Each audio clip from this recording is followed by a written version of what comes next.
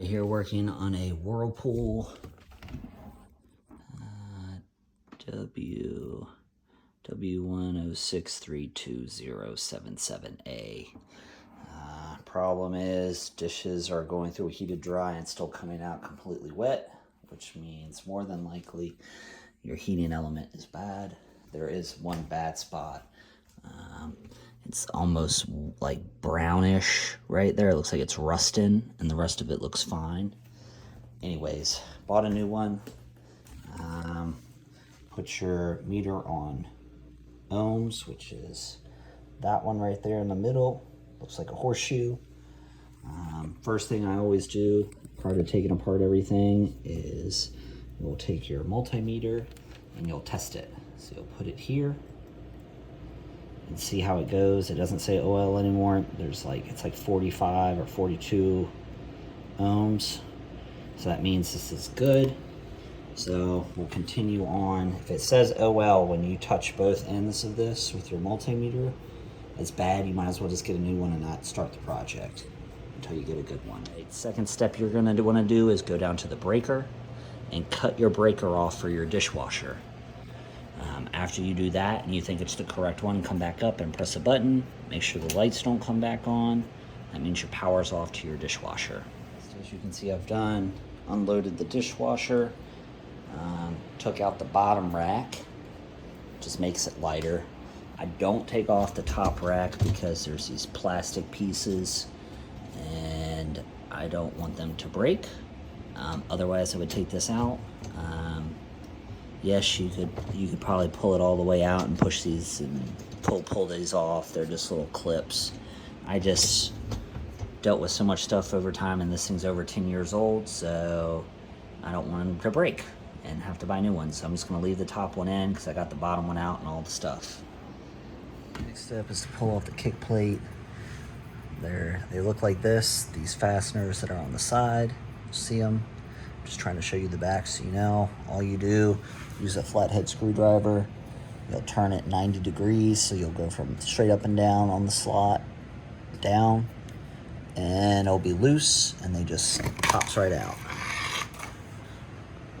Stick that to the side, and then you'll grab this, just a piece of insulation, supposed to sound dampen, and now you have access here. And I'll grab a flashlight. Step, I'm just showing you what's under here, but really, truly, the next step is to turn your water off. So most people, so right here is your water line, which you will need to disconnect. Right there, that brass fitting right here, that's the stainless steel hose, that's your inlet water line. So you're gonna need to disconnect this, but first you have to cut the water valve off. So there's a water valve in here that connects to the dishwasher, that valve there, which is cold, and you'll just turn it 90 degrees and that'll cut your water off. As I'm showing here, you're just gonna turn this clockwise until the valve closes like that. So it's closed. Ta-da. All right, and since that's for your kitchen sink, I would just turn on the cold water. See how there's no cold waters. And that disconnects the water from here. So now I'm gonna take sometimes these are loose enough, but I definitely tighten mine on, so you'll just have to take a wrench, some pliers, and loosen it. Lefty loosey, righty tight. All right, next, because I've already kind of loosened that already, and this has kind of been the way. I don't really have an option because it's too small to be able to get a little container under. So I'm gonna try to get this discharge hose off first. And it's just a little hose clamp. You can kind of see it at the bottom there, just like a normal hose clamp. So just unthread that, and water is going to come out of here, and it's going to come out of here. So you can use a towel, just put the towel down here. And if you have a super small container, you can just keep that there. After you have it loose, pull it off and try to get most of it into the container, but honestly, it's just gonna always be a pain. So either way, you put a sheet tray down here and try to catch some of it, but Those are your only options. All right, so I have it loose. So took that hose clamp loose, pulls right off. You want to try to get as much of the water out before you do anything. Just using a small little sheet tray because the other container will not work.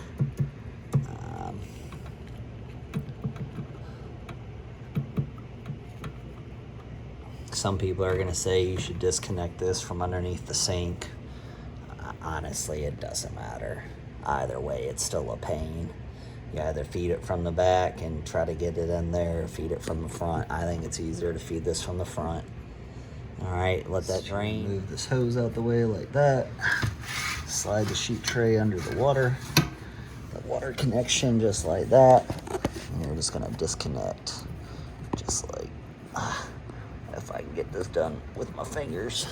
I thought I could, but maybe not. Maybe not. All right. Well, you see what I'm doing. You just got to loosen up this. You can already see it's leaking, so you're going to loosen this up, and that'll be the other hose. Bring it back when it's okay. Brought you back. Both are loose. I removed the sheet tray. There's still a little bit of water there, but you caught most of it. Next, the last thing we need to do before we can move this thing is take this cover off. This is where your electrical wire comes in to your box, and there's a little one right there. So you just unthread that, and we'll have access to the wire junction. I'll bring it back. All right, so as you can see, that cover came off. I just stashed it to the side. Take your wire nuts, you loosen them from the ones from the dishwasher, so they're just kind of hanging here. I just keep them with it because it'll come out with the dishwasher. These other ones are the ones from the house wire, so you need to unscrew the neutral, and then we'll push the wires in. Okay, so I pushed the house wire out through the hole, and it's laying down there. Next step is you're gonna take, now I already did it, but there's two little screws for these hangers right here that hold your dishwasher in their location. You're gonna take those out. There's one there and one here. And now your dishwasher is loose. It won't fall out if you're not careful. I just put those two screws to the side. And now you're ready. We can pull the dishwasher out. I usually do what I do because you know, depending on your floor, and you've got these little feet on the edges here and here. I want to make sure you lift up from the bottom and get the feet onto your floor so you don't destroy your floor when you're trying to yank it out. But yeah, so I'll go ahead and we'll pull this out. You're gonna pull it out slow because all your wires and your hoses will need to go out the back. So you're gonna pull it out slow, like pull it out like a few like 6 inches, and then come back under, make sure everything's still free. Pull it out another 6 inches, make sure everything's still free, and then by that time it should be pretty clear and you'll be able to pull it out. So everything's in there. This is your time because it looks like a mouse was back there at some point. You can vacuum that up. You don't have to pull them all the way out here. Like, you could leave it to where you can just get your hands through the back with a wrench, because you're gonna be attacking these two wires under here with these nuts. But I'm pulling it out here so I can give you can see more. But anyways, you don't want to destroy this or take this off. This is what they consider your sound dampening and insulation. But next step, I'll get underneath with some pair of pliers, and I'll show you where you need to disconnect. All right, so here's one of those nuts that I showed you on the counter earlier. So this is one piece, and there's that wire. So you're gonna take your hand, you're gonna grab that little white connector. So that's one side of I'm trying to do it so y'all can see, but I've got fat hands, and so it just pulls right off, just like that. And that's the end that you stuck your multimeter on earlier to test the new one.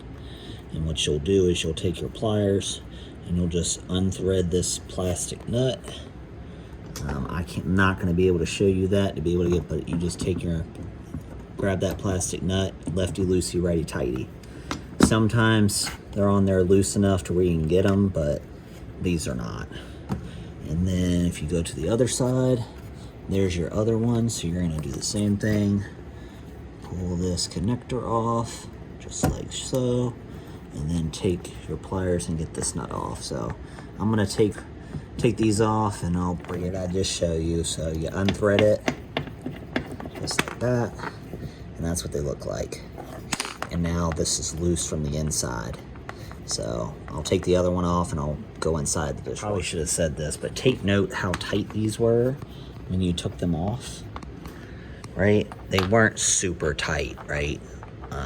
You don't want to tighten them until they're so crushed. You could damage the element, or you could damage the rubber washer that's inside the dishwasher with this. So just note how tight they were. It's not like you've got to wrench them down. Just decide. Now that this isn't hooked in, which you probably already found out, when you go to open the door, this thing is very easy to tilt. So just be very careful. Like when you push the door all the way down, see how it just falls forward?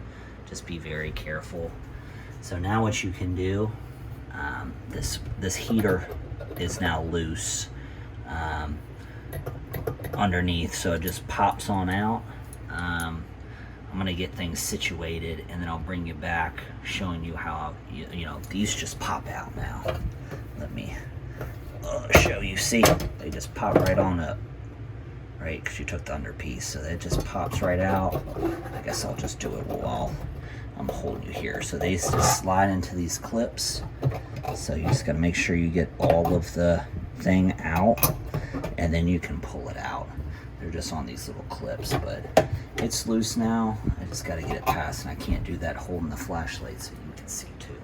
But it slides right out as long as you get the ends up. To confirm, I think this is the dead spot in the heater element, but you can test this one again just like we did the new one, and that's that rubber washer I was talking about earlier. I think that's the spot that died on me. See how the rest of it's kind of like a gray? There's a little bit of a spot there, but there's a spot over here that's turned almost bleach white on this side, and that's what's dead. I'm gonna test it. So this is installed now. You want to make sure those washers, the little black washers on the ends, are good and seated. And you'll take your two nuts and you'll install them. I already did this just to save time. So what you'll do is you'll put them on, same location as the other ones, and you'll screw this on, get it, you know, just like flush. Don't tighten it yet. Do the other one over here, get it tight and flush to the bottom, and then come back and hand tighten them as tight as you can.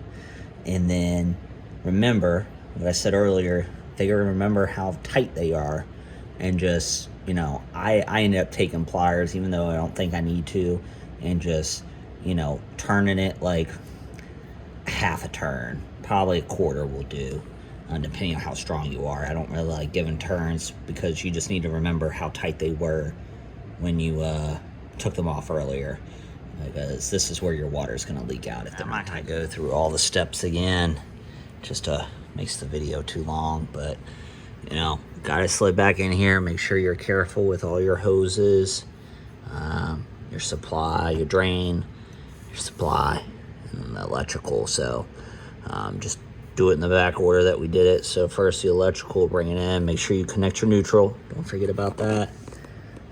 Come in here, connect your water supply line. Be careful because these are plastic threads, so don't rush that process and destroy it, because then you got to replace the whole valve assembly, and then come back in here and hook up your drain hose. I'll bring you back once I have it hooked up. All right, everything's all hooked up. Let me just show you I got everything hooked up. Done. I'm gonna go turn on your water line valve. Both of them, I just turned both mine off. But turn them both back on, go cut on your breaker, and then I'll bring you back. Breaker's on. Don't forget to put these Hangers back on. I'm gonna put those back in, and then we're gonna give the thing a go. This is a good time since, you know, I already loaded mine back up. But to take the screen, this piece, since you're doing all this work, I cleaned mine out already. I probably should have showed you. Mine was really nasty. Look from here, you'll see this whole thing was caked. You can see mine's really clean now. I had to soak it. And then really what you should do, I've done this, I did this like 2 years ago. After you do this and you have an empty dishwasher, I would just throw like half a cup of white vinegar in here and a little bit of like lemon cleaner, just a tad, and keep this out and just clean this thing just so it gets all the gunk out. Make sure your dishwasher is empty, you don't have any food in it, because you can destroy your pump without the screen in. But yeah, clean that out while you're here. Keep your dishwasher and your pump and everything running right, and I'm gonna start her up. But that's how I fix the element, and it's ready to go. Hope this helps somebody. There is the case where if you replace the element and it's still not drying, that you'll have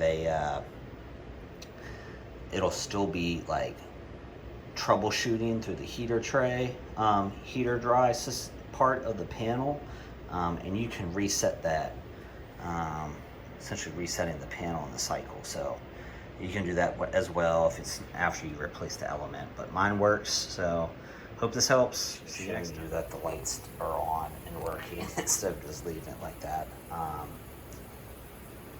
Anyways, hope this helped you.